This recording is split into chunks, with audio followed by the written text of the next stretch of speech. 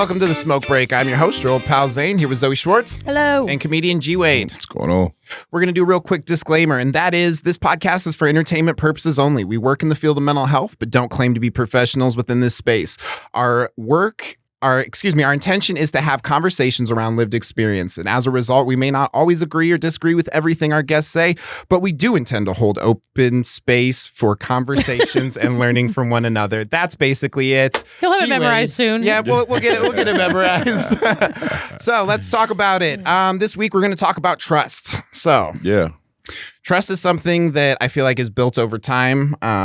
It's something that, I think everybody wants, but I think we also have to have an understanding that, it takes some time to build up. Oh, yeah. What's something that helps you build trust with either somebody or maybe even multiple people?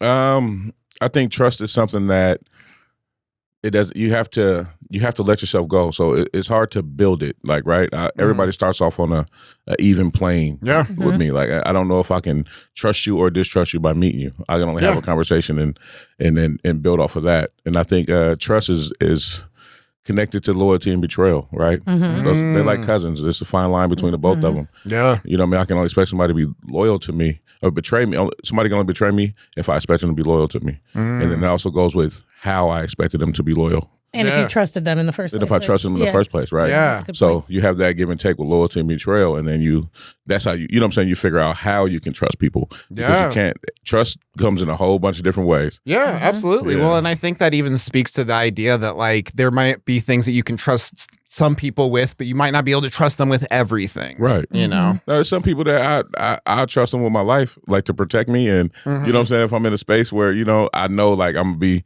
wild and not really paying attention, I trust them. But then I wouldn't trust them with my bank account. Yeah, I would trust them to do my taxes. That's a good point. It's different. You trust different people in different ways. Exactly. Well, and that makes me think about boundaries, right? We have we even though we trust somebody, you can have boundaries, which allows you to know which areas are safe to trust them in, right? Kind of. Yeah. No, I definitely agree with that. I hadn't thought about it like that. Well, and I think that setting boundaries and it's because I feel like trust is almost like an expectation, and expectations are, we've talked about those a little bit in the past where that can kind of be a tricky area, but it's I think trust is almost like an expectation with proof. But it's like a value too, maybe, right? It's even deeper than because it's almost required in order to have a healthy relationship. But you have to trust people to be them. You know what I mean? It's people that I know, I got a big family and different walks of life, and I trust some of my, my cousins or some family members that they might be on dope, they might be on, what I'm saying, whatever. I trust them to be them. Yeah. I know you might steal from me, which is cool, but I still, I'll pull up on you if you call me at 2:00 in the morning. And I need, what I'm saying, some help and a place to sleep. I'm gonna pull up on you. I'll get you a hotel. I can't bring you to the house though, because I know what happens when you know what I'm saying, when you do that. Yeah. So trust is it's a wide range and a wide way of thinking about it and you know what I'm saying, portraying it to the world. Yeah, definitely. Who's somebody that you feel like you've been able to build trust with? That's a lot of people I've been able to build trust with. I mean, in a lot of different realms. You got the comedy realm that I'm in. You know what I mean? I built trust with. We started the Hub as a fraternity of comics. Tell me a little bit about that. It's brand new, something that we started, and we started it probably about 5 months ago, and it's Pacific Northwest Comics right now. Okay. So us from Portland, we got some folks from Tacoma, and we rock with each other. So I have to trust them to do their job up there. Yeah. Because I can't be in Seattle or Tacoma and those areas all the time, and they trust us to do our job down here. They can't be in Portland all the time. So when it comes to shows and that kind of thing, we trust that everybody has the best interest for everybody else at heart. Yeah. And also, we all are also solo comics. So it's not like, we're not a group of comics that do everything together. Right. Yeah. We do a lot of stuff together, but at the same time, we're still solo comics. So I still book shows and I do what I do, and they book shows and do what they do. Yeah. But then we also come together and put that, those resources in a pot and say, what can we do with it? So I got to trust that everybody is being honest in that aspect too. Yeah. Well, and I think too is you were talking about trusting people to do their job. That's such a difficult thing, because it's like, I feel like sometimes people have like this wiggle room where it's like, you could fuck this off, but I need to trust that you won't. Right. You know? So it's like, I think that, you know, like out like through time, through like, you know, almost like proving that like, hey, I can be a trustworthy person. Cause like, I agree with you. Cause I'm very much, that's a lie. That's a lie. I had to recognize that. As I said, you didn't even say it. Well, I was going to say that like, everybody's like medium for me until they like either give me a reason not to trust them or a reason to trust them. I feel like my problem is that like I go from a place of not trusting people to like maybe I can trust them. Okay. And I feel like that's tricky because it doesn't give people a fair shake, you know, because I think for me, like not trusting people is what makes me feel safe. But like that safety that like I'm trying to preserve, that's learned behavior though, right? Yeah. Yeah. So me personally, I grew up in a very trusting environment. I grew up with my mom and my two sisters in the household, and I grew up in a trusting environment. So I'm kind of the opposite of you. Okay. Sometimes I trust people too much. I was going to say, I feel like I'm on that side too. Really? Yeah. Well, I feel like I've just had too many people who like they just have great ideas, you know, but it's like if they don't show me that that's what they want to do, if they don't show me that that's how they're going to show up, then it's like I'm like, well, I mean, you know, maybe I should just assume that most people aren't going to show up. And it's like something that I've been learning a lot about is or just been thinking a lot about is just like taking a part and assuming that it's the whole. So it's like taking one or two people that I can't trust and assuming that I can't trust everybody when it's like, that's not necessarily true. I was just thinking about how that's not exactly right off what you were saying, but I was just thinking about how it sucks when you like really care about somebody, but then something happens that like shows you that you can't trust them. Because I have people like that in my life where I'm just like, man, I really like you, but there's just one thing, like, you know, you did something dishonest. Yeah. Or like, you know, and then it's just like, it just fucks up the whole friendship for me. Like, and it bums me out when that happens. And I and what you were saying earlier about like, certain people, you have certain types of boundaries, you know, you're like, you know, certain types of trust with. And I'm trying to navigate that, like, because I think I have a tendency to like if I love you and I feel connected to you, then like I want to give you the benefit of the doubt. It feels good to me to give people the benefit of the doubt. Yeah. And it sucks when you realize you can't, but then you're like, I still love you. It just, it's tricky. Like that's something I've come across recently because I will really like stop wanting to be around someone because you don't feel safe when you don't trust someone, you know? But learned behavior isn't a bad thing, I don't think, either, because it helps you identify different traits in different people, right? Because a lot of us, we have some similar traits and we have some traits that aren't similar, right? So I think when you grow up with that, learning who to trust and who not to trust, and if you have that distrusting spirit, then that helps you discern between people that you can and you can't. You know what I mean? Yeah, you can't trust. But it's like, but I was just thinking about how like having that, like you said, like you grew up in a trusting environment. I feel like people that don't grow up in trusting environments, like it's almost like they can't, like maybe, I don't know if that's your experience at all, but like maybe it's like, it's like you can't give people the opportunity to prove it to you because it doesn't feel safe, you know, because you didn't have that like base of like, I can trust the people that are around me taking care of me, you know, like as a child. I don't know. Well, I mean, I'd like to speak to that. Like in my experience, you know, like I love my mom to death, but like she would promise things that she wouldn't come through on.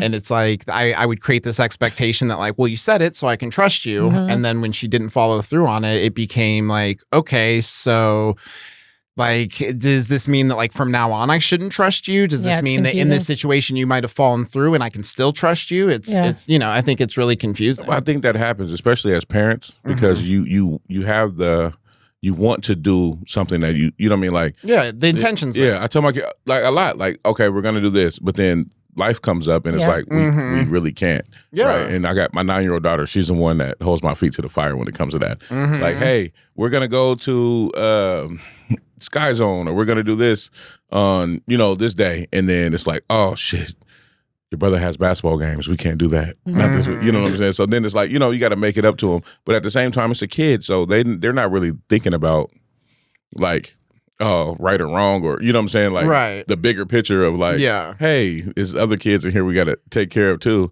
They just think about it in the sense of themselves. So I think a lot of times that comes with but they can trust me to take care of them. They can trust me to, you know what I'm saying, make sure they have clothes, food, and you know what I mean? They trust me to, show up for them when they're having issues at school. They can trust me to, you know what I mean, to coach for them and, all the other stuff. But at the same time, I might fall short sometimes when I do say, we're going to do this, but then we don't have the opportunity crashes, and they don't understand that. Yeah. That just made me think about, though, like, but probably like just like mistakes, or like, like I think it's really important for parents to like be able to acknowledge when they make a mistake. Like I think that's a really important lesson. So I think like maybe there's something different about like saying you're going to do something and then like not addressing it versus being like, yo, I fucked up. I planned too many things, but like I acknowledge your feelings. We'll do it next week. Like maybe you're doing that versus like a parent where they say something, they don't follow through on it, and then they don't have a conversation. Yeah. So there's like that. Like you can still have trust even if you don't do everything you say you're going to do, as long as you communicate about why you did it and like acknowledge the experience for the person who didn't get their expectations met. Right. Like I think that's. So it's not about being perfect as a parent, right? Right. You can't be perfect. Being open, though, There's no like such that. thing as a perfect parent. Yeah. Yeah. Well, I mean, and I think like even like the acknowledgement helps build trust, Yeah. because it's like if you leave me hanging but don't acknowledge that you left me hanging, then it's like I feel like I've been harmed and it just never got talked about. Yeah. Right. But if you say like, hey, I realize how I fell short for you and like I want to show up for you differently in the future, like that, even if you let me down, you still showed up for me in a way that like we can start rebuilding that trust. Yeah. My bad, kid. Let me tell you why that didn't happen. Yeah. Okay. Yeah. But then it's up to them to understand, because sometimes they don't. But that's like realistic too, because that's how life is going to be. Like they're like people are going to say stuff and it's not going to happen, and like you want to prepare your children to have like the resiliency to like navigate imperfect relationships, imperfect interactions, how to decide when someone's safe to trust, how to decide when a mistake is forgivable versus like threatening your safety or like it's not a healthy relationship, So I think there's nuance around it, and you're teaching them that by not being perfect. Yeah. Because I think if you did everything you ever told your kid was going to, then they'd grow up and be a dick and expect everybody to follow through. Yeah. And to never make mistakes or forget and that's not a realistic expectation of the world. Exactly. So what do you think has allowed your kids to like trust you in the way that they do? I don't know. I just I protect them in a way, and I try to make up for the mistakes that I do make. So if I do make that kind of mistake, then it might be a spontaneous, like, hey, we're not doing nothing today. Let's go to Sky Zone, right? Yeah. Because I just told you we was going to Sky Zone last week, and it didn't happen. Yeah. I didn't have a time or a frame where we could go, but now you're not doing nothing today. Come on, let's go. And so, you know what I mean? You just take them, or, when it comes to, I don't know, the new shoes or whatever. And then also, I coach my kids.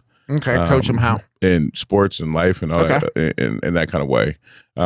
They trust me because of the information, the love, and the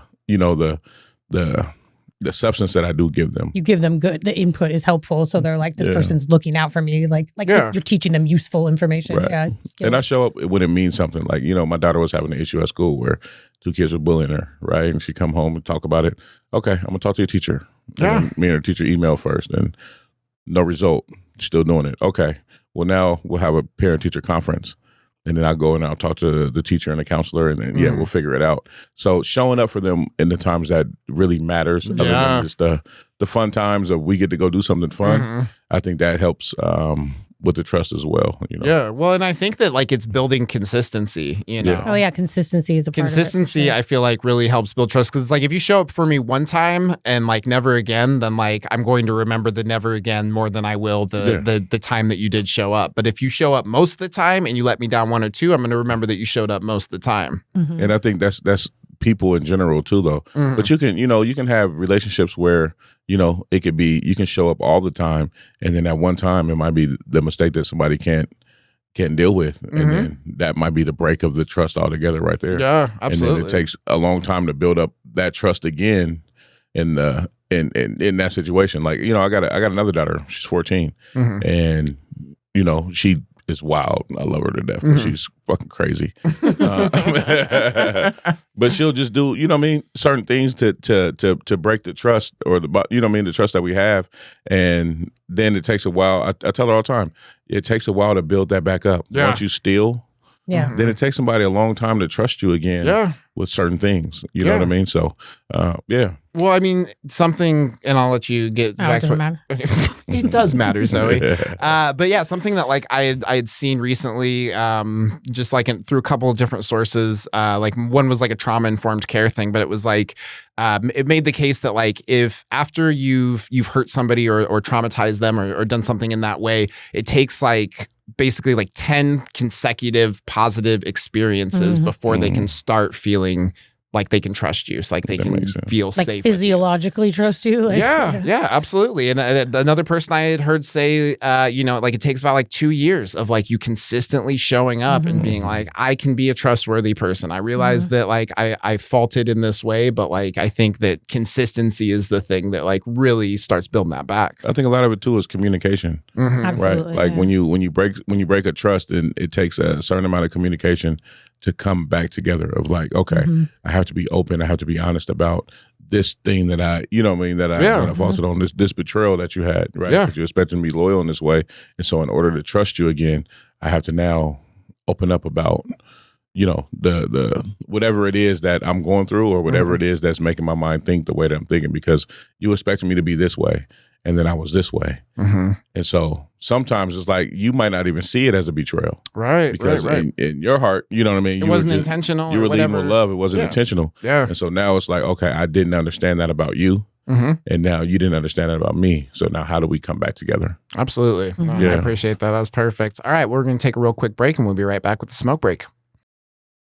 And welcome back to the smoke break. I'm your host, Joel Pal Zane, here with Zoe Schwartz Hi. and G Wade. Yeah. Yeah, finger guns all around. You didn't do them this time. Did I you? didn't do them this time. I'll get you on the last one. Oh. Hold me to that. I got to build trust. I love Pew, pew. finger guns, man. They're so much fun. They're so much fun. But yeah, on this section, we want to talk a little bit about safety. I feel like safety is something that, it's a feeling that we get through trust. I feel like, in my experience.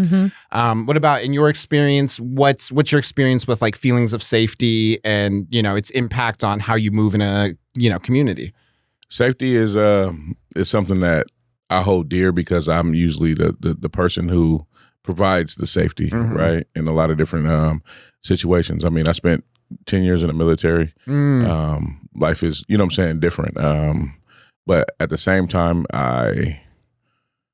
it's a thin line between protecting someone and then making a mistake. What do you know what I mean by mean? that?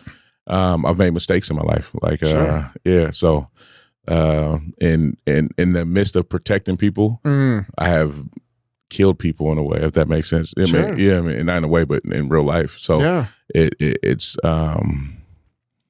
one of those ones, right? So you think you're pulling up because you want to protect somebody, Right. and then somebody does something that threatens everybody in a different kind of way. Yeah. And then maybe your presence being there is what made them do that, because I'm a big guy, man. When I walk into a room, people get terrified. Right. And so I had an instance 2 years ago where I was protecting my cousin. And in the midst of me protecting my cousin, I got a gun pulled on me.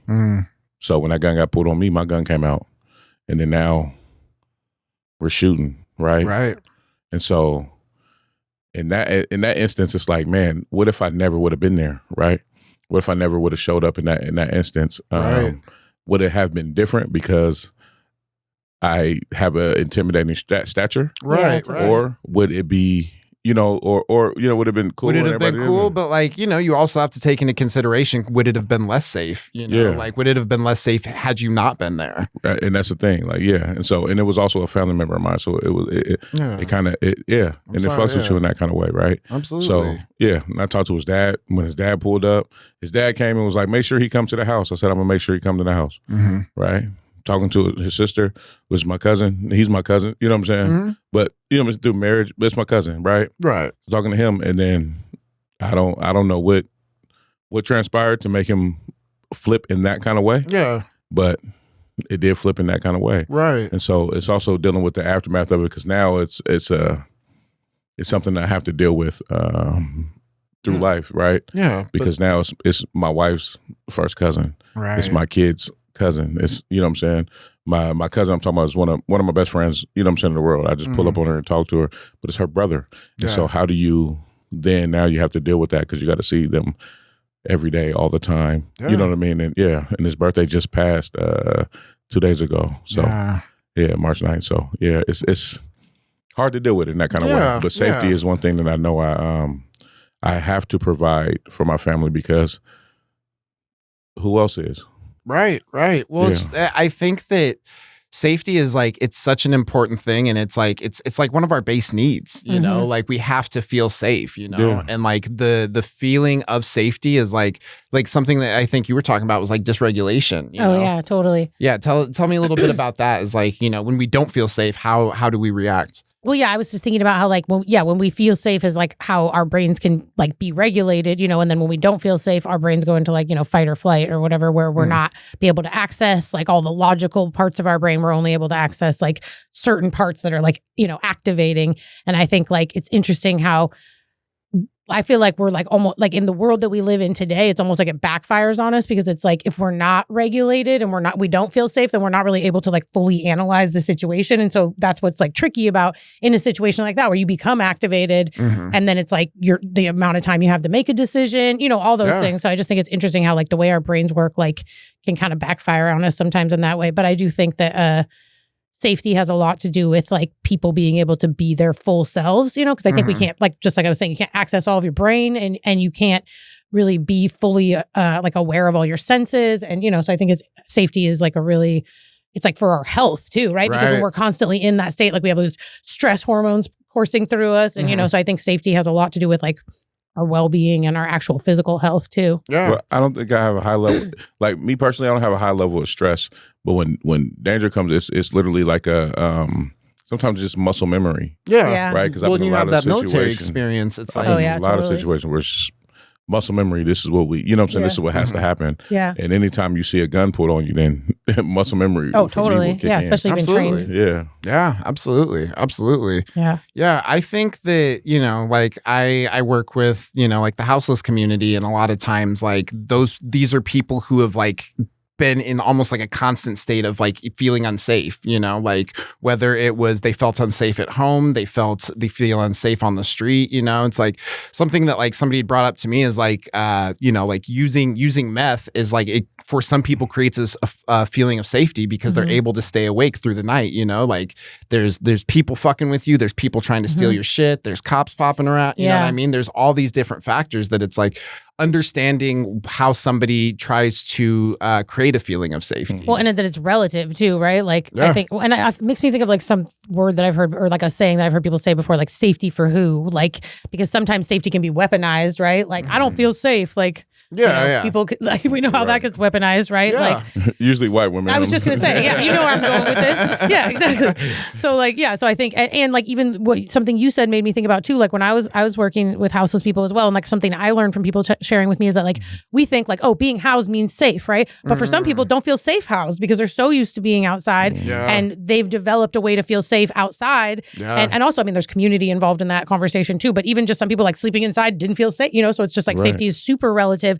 and like you said, we kind of create our own safety based on what situations we're in and what we can do, and it means something different in one scenario versus another, and one lifestyle versus another, you know. So I think that's an important thing to consider, is that like other people's safety isn't going to be your safety, and like, and that can cause a lot of conflict, right? Like because we need to feel safe, like evolutionarily feel like we do. Yeah. So we can really misunderstand one another. And like, even in the example you gave, like, I think that is right. Like, it's like one person, he probably felt unsafe in some way, you know, whether it was logical or not. And like, it's just two people trying to feel safe. And then one person's safety can disrupt someone, you know. It's just really it's two people trying to feel safe, but at the same time, like, I'm looking out for the safety of everybody in this house. Well, for sure. Yeah, absolutely. The reason why I'm here is because I got called to come over here because the kids, nobody felt safe. No, I'm sure. So now it was time to come in. You know what I'm saying? And but just in his mind, right? Like safety is part of what he's trying to create too. But it's tricky because it's like, well, how if safety for the greater number of people is what you were, right? So it's like,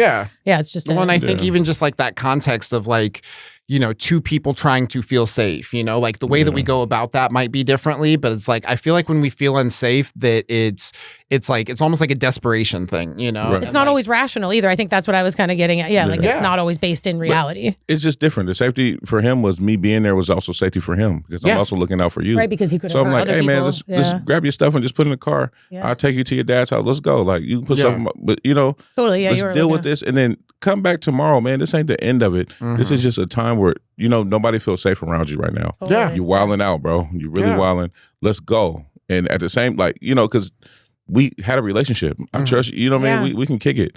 Yeah. We play chess together. Sometimes I'll pull up after a comedy show, it's 3:00 in the morning, and he just be chilling.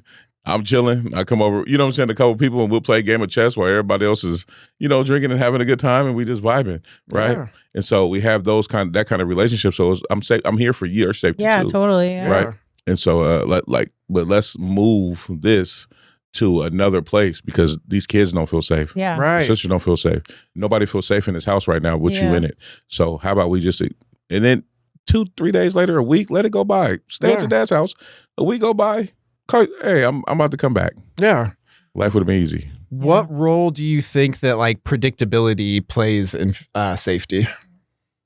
I think experience is the only thing that you can use to predict unsafe environments, right? Okay. So for me, I don't really think about emotional safety like that, right? So like, because some situations are just emotionally dangerous.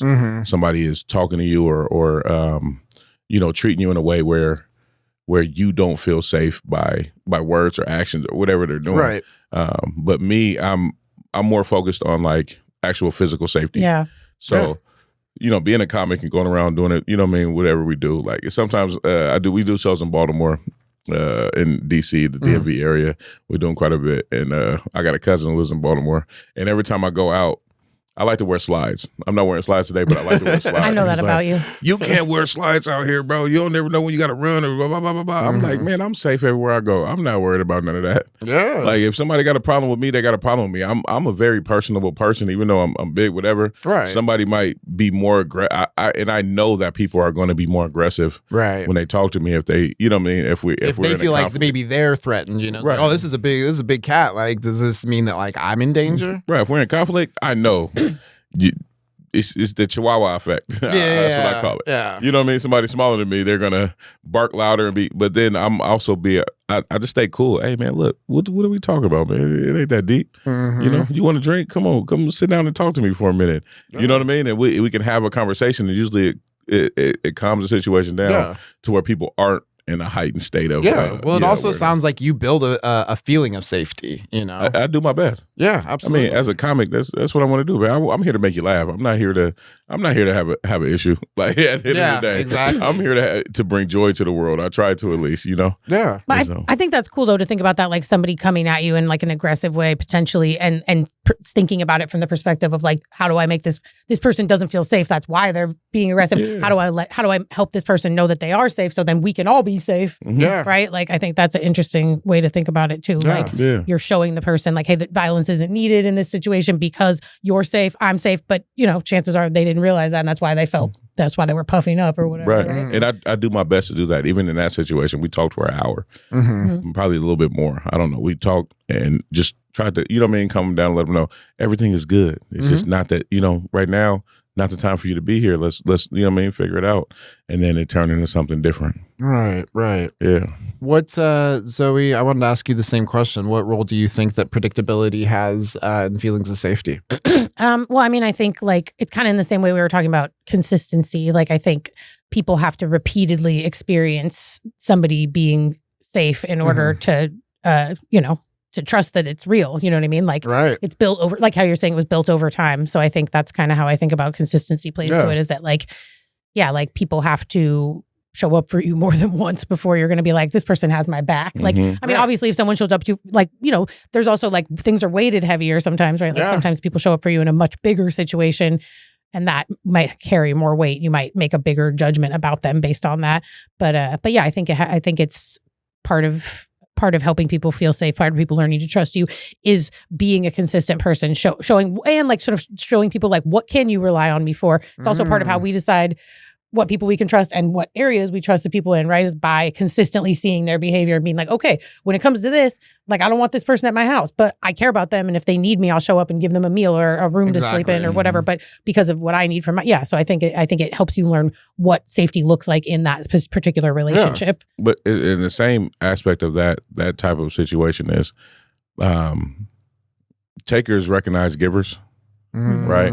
And so you can be that person that's a real big giver, and takers, they will just continue to take. and take and take and take. And so in a lot of those situations, is sometimes it's like, well, I can't give you what you want right now. Yeah. And some people expect that because you've been given for so long. Yeah, totally. Yeah. And then that will cause a conflict. And you know what I mean? So now I don't feel safe because you're not giving me what I want.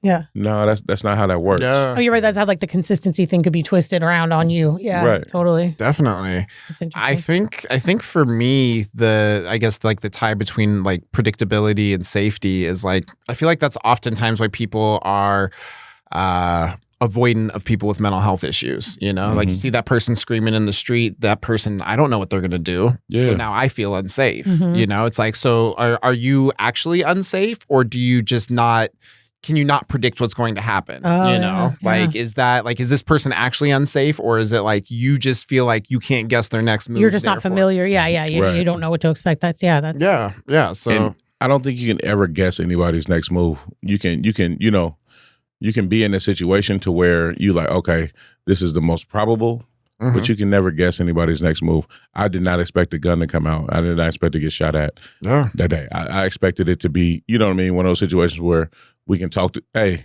come on, and then we'll go to his dad's house, sit down, have a beer, and you know what I'm saying, just chop it up about whatever what the conflict was and how to resolve it. Yeah. That's my thing. I always want to get to the resolution of things. I never want to get to the point where I don't like fighting. Yeah. Right. I grew up fighting like my whole life. So right now I'm at a point, and I've been at this point since an adult, of like confrontation and fighting is the last thing that I want to do. Right. But then also have an aggression to me where, you know, I go to the gym and I want to get it out that way. I'd rather punch an inanimate object, or, you know what I'm saying, put up Have put like up a some safe weight or something. environment to get that Right. aggression out. to get that aggression out, because I'm naturally an aggressive person. Yeah. But at the end of the day, I'd rather get it out somewhere other than people. Absolutely. You know what I mean? Absolutely. Well, hey, I really appreciate you feeling safe enough to share that with us. So, Yeah, totally. I really appreciate that. All right, we're going to take a real quick break, and we will be right back with the smoke break. And welcome back to the smoke break. I'm your host, Joel Palzane, here with Zoe Schwartz Hello. and G Wade. Yep. All right, on this on this next section, we wanted to talk about role models and role modeling. I feel like, you know, when we're younger, we have people that we look up to, and even sometimes when we're older. What's been the impact of role models in your life? That role models have been a big impact. I grew up without a father, Okay. so I kind of makeshifted a father throughout all my my mentors and coaches and Yep. and those type of, you know what I'm saying, figures in my life. And so I think that is one way that I kind of makeshift the way that I parent now. Yeah. You know what I mean? And so role models are I think they're, in some cases, they're kind of more important than parents sometimes, because I was able to talk to a lot of my coaches, my role models, and my mentors about things I couldn't talk to my mother about. Sure. Right? Sure. Because I wanted to be perfect for her as a kid. You know, you grow up, you want to be perfect for your parents, and so I think they play a very, very significant role, and I'm happy to be one now. I mentor and coach, and you know what I mean, and I'm a role model to a lot of kids. Yeah. Well, I like that you said that, you know, you didn't necessarily have a role model. So like you kind of like makeshifted, you know, one for yourself. I feel like that was similar to my experience, where it was like, you know, I felt like I was being let down at home. So it's like, who do I look to be, you know, like that guiding star of like, you know, who do I want to be when I grow up? Like I love my mom to death, but like I don't necessarily want to be her when I grow up. So I feel like a lot of like my role models were, you know, in media, because it was like I was an only child, you know, like I didn't have access to a lot of people. So it was like, what am I watching? Who am I watching? How are they showing up? I think just having like a general idea, because it's like, this is gonna sound weird, I guess, but it's like, it's almost like that "what would Jesus do" thing, you know, where it's just like, what would my role model do? You know, what would Captain America do in this situation? Where I'm just like, look at, you know, I'm just like trying to like navigate the world, and it's just like sometimes we kind of have to like say, like, I don't know how I would handle this, but how would somebody who I look up to handle this? Yeah. For me, Captain American might. Sorry. Captain America wasn't the best I'm one. like, I don't know if that's realistic. I don't. He's on my shirt, so like he's the first one. But like, Zane's like, I just never lived up to my role model. I don't know why. He was a superhero. It was music Zane. That's for why. me, man. yeah, it was music for you. You found your role Music for models in me, music. yeah, I feel similar especially too. like hip hop. Like Yeah. DMX, I think was one of my role models. Was, Okay, you know, okay, yeah. great. And then, you know, you got like Jay-Z, another somebody, you know what I mean, who helped raised me in a kind of way. E40, just those kind of, and then I learned a lot from just listening to the poetry that they had. You know what I mean? Well, I mean, I feel like there's a lot of good lessons in hip hop. You know what I mean? Like, there's different things that like I piece together. I would say even like my personality of like these little things that I hear that I'm just like, I want to take that with me. Yeah. That's important to me. That's a value that I have that I didn't have words for. Yeah, it was a storytelling for me. But every song I would listen to where somebody would tell a story, then I would just listen to the story, and you kind of eat the fish and spit out the bones in a way. Like you take in what they say, but then the stuff that might not be that you might not agree with or might not go, with the values that you have, you kind of discard that, but then take, the good in. Yeah. I like what you just said about how, wait, what did you say? You said Captain America. No, it was something about about how like values, something about values. I don't know what you said, but I like it. Like you kind of get the values. You can pick little pieces from like artists and stuff and just like, oh, that's a value. A value that I didn't have words for. That's what you said. Yeah. And it made me think about how like music also different types of art also can like put words to a feeling that you have that you don't have words for or that you didn't have a label for. I think that's a cool way that like we learn through like the art and the media that we ingest, because music definitely like, when you hear somebody say something in a way and you're like, or like they could say it better than you could ever even say it in your own head, like about love or a lot of those like painful or strong emotions. I think that's a really cool thing about role models and just like things that we grow up listening to and taking in and creating our understanding of the world through, R&B music for me too, though. Yeah. Okay. That was one of my older sisters used to put me on all the R&B, singers and all the, And so, that was another one that helped me understand love and Yeah. What about you, Zoe? What's been your experience with role models? I don't know. I'm trying to think. I was thinking this whole time, like, who were my role models? And I mean, like, I guess like everybody that was older than me, you know what I mean? But that's fair. Like, what makes me think about like, okay, so my sister that's closest in age to me, that's 3 years older than me, like I always wanted to be like, because I was young and like, that's pretty normal when you're like a little sister, So I try to be like her. And she was kind of like into like punk rock and stuff, So I went through like a punk rock phase when I was like 6th, 7th grade. And then I discovered hip hop and I was like, oh, I don't. And she always gave me shit for wanting to be like her. And then once I discovered, and she was like, oh, now you're into rap. Like she'd tease me about, and I was like, no, I found who I am on my own. And you're going to make fun of that, Right. But it's interesting because it did. Yeah, I do feel like once I got into hip hop, I was like, I think I'm more into this. Yeah. But I do think there's a lot of similarities between punk rock and rap, like just as far as being like super, like counterculture and speaking about all these things, I think it makes sense why I went from one of those to the other. But So you found some of your role models, it sounds like, through like media as well. Yeah, and like my family too, like having older siblings, definitely looked up to them. But I think I pretty quickly figured out like I don't think I'm exactly like them, so I think I learned things from her, but I also learned like how I was different and like what my individuality looked like. So I think that's another interesting aspect of like, just because someone's your role model doesn't mean that you emulate everything that they do. You might learn what you do and don't like based on the people that are modeling to you what life looks like beyond where you're at in life or whatever, So. And I think that's what everything, what you said, do and don't like. It was a lot that I would say my dad was a role model for me in a different kind of way because I got to choose what I liked and what I didn't like. Yeah. Right. So my dad, he was heavy on drugs. He died of a heroin overdose when I was 13. So me looking at his life is like, oh, those are the things I don't want to do. Yeah. So he was still a role model, even though. You're still a role model. Yeah. Regardless of how everything turned out, you're still a role model. Yeah, he still helped shape you even in good ways, even though maybe the example he was setting wouldn't have been perceived as a good example. Exactly. Yeah, that's a good point. Well, and I like the thing you said earlier about eating the fish and spitting out the bones. Yeah, I like that too. Because I think that speaks to just the realism that like there's no such thing as a perfect person. There really isn't, and like we're going to find people who are more in line with our values, but like to find somebody who's 100% in line with everything, like I think that's going to be a rarity. So it's like being able to say, I really like this part about you. I'm not as big a fan of this part, but like you are still in a way role modeling, and helping me become a role model. It's like, what are the things that I saw that I didn't like that like if I thought someone were looking up to me that I wouldn't want them to also be that. It's only been one time where somebody was able to I understand why you reacted that way. There was a pop in the studio. I just want to address that. Go ahead. To have a perfect role model. And that was like, what I'm saying, with Jesus. But nobody knew what Jesus did from 13 to 30. Like when he left home 13 to 30, unexplained. Nobody could tell. So from 13 all the way to he was 13 I guess, perfect kid. And then he left, came back at 30 and a perfect person. Yeah. But sometimes, you know what I mean, that we just didn't know his whole life. Maybe Jesus was wild to do whatever Jesus was doing. Who knows? You know what I mean? At the end of the day. But came back and made whatever impact he made on the earth, because we're still talking about him 2024, 25 years ago. You know? No, I think that's a good example. It's just like, we don't know, you know, like we don't know the entirety of everybody's story, you know? Yeah. And like, I think the more that, you know, we kind of build ourselves, the more that we can, you know, like try to role model that to somebody else. So like, what's been your experience with like being a role model? Like you're a father, you're a coach, like what's been your experience of having people look up to you? It's been interesting, man. Yeah? I think, being a role model is different because I'm also a role model to a lot of my peers, right? Sure. And they're role models to me. Sure. So, being that is having people look at you in a light and maybe they're not getting it correct. Mm-hmm. You know what I mean? Like sometimes people will not expectations, but they will look at you in a way where you're like, look, man, I'm human too.